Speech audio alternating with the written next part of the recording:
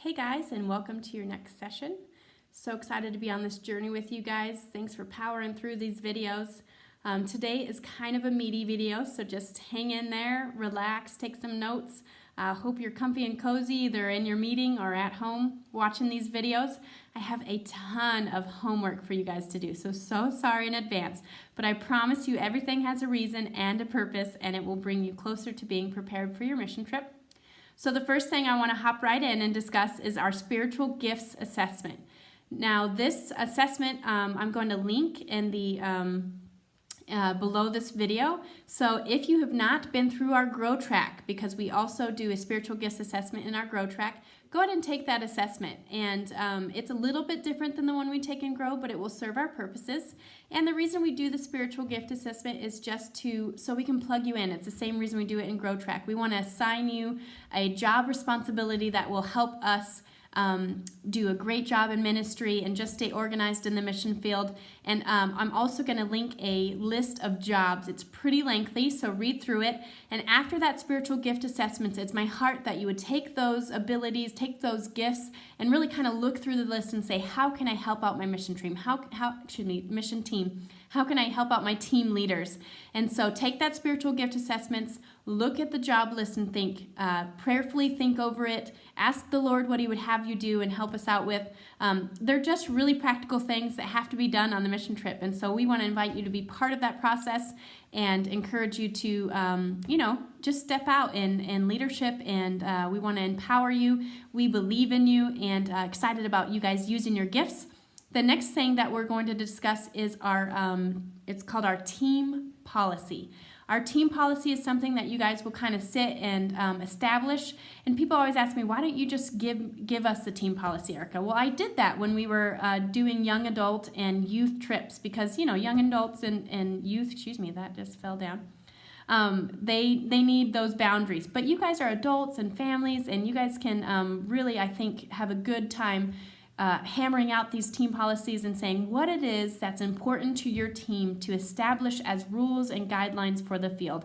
Now, you guys have already hopefully watched the Code of Conduct video from Pastor Adam, and these are like our non-changeables, non-negotiables. So no drugs and alcohol, no being with the opposite sex. So if you haven't seen that, go ahead and look on Managed Missions because it's linked there. And those are the policies that we don't have to revisit. Those are always going to be the same for Church on the Hill mission trips. But there are a couple other areas that you can, talk out with your team, how you're going to think about time and flexibility, how you're going to handle team conflict, how you're going to, how do relationships look within the team and how do they look outside of the team, and do we give gifts to beggars on the streets, and those kind of things you can establish as a team and really set a team model, for what you guys want to establish as your team. And it really creates unity on the team. It helps you own the, what we need to, establish as rules and barriers when we're in the field, and you guys will develop that as a team. So I'm not going to hit on that too hard. Your team leaders are going to do a good job of assigning you, they'll either send it home or you'll talk about it in the meeting, and then in your next meeting you'll finalize all those things. We'll print them out and then you'll sign them just to say, I commit to these things. I will follow these rules while I'm on the field, right? Okay, and the next thing, I'm going to also link a translator skit. It's a YouTube skit. If you are going to another country that has a different language than English that you're going to speak, I want you guys to watch this YouTube video and kind of discuss what's the importance of watching what we say when we're using a translator.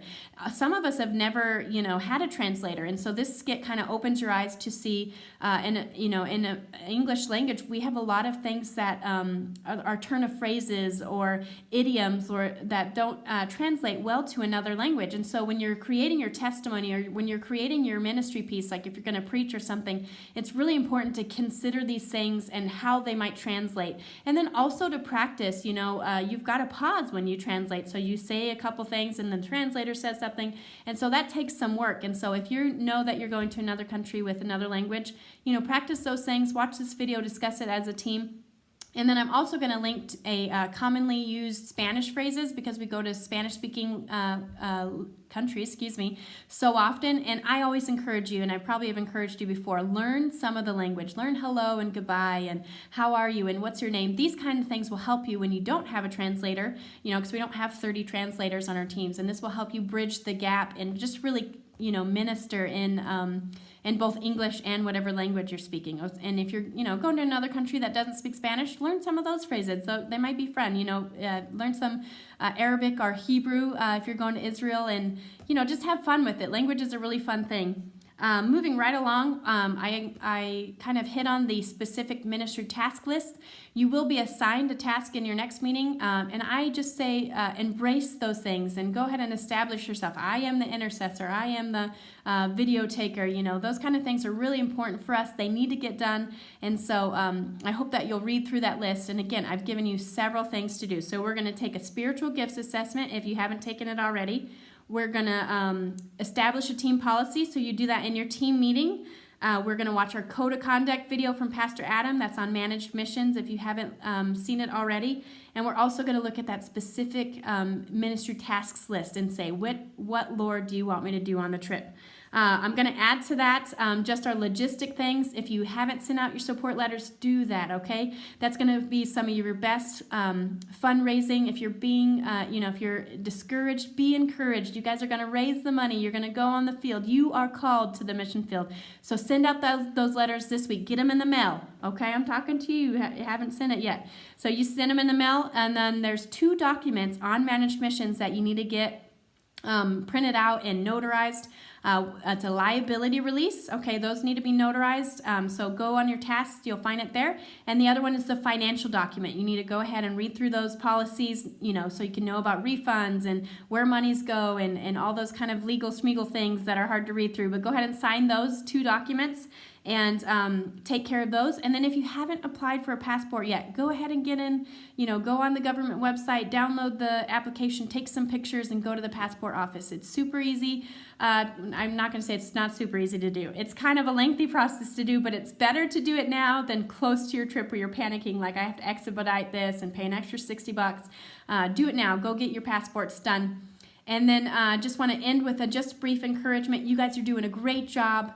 Continue to pray, continue to fast, continue to do all that you can to learn the culture and learn about the people that you're ministering to, and just really encouraged that you guys are going through this process, that you guys are preparing to do something that's going to be so great for the kingdom.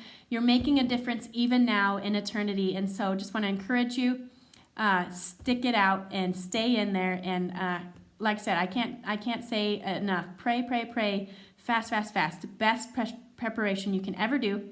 So I've given you like 80 things to do, but you can do it. I believe in you guys. Signing out.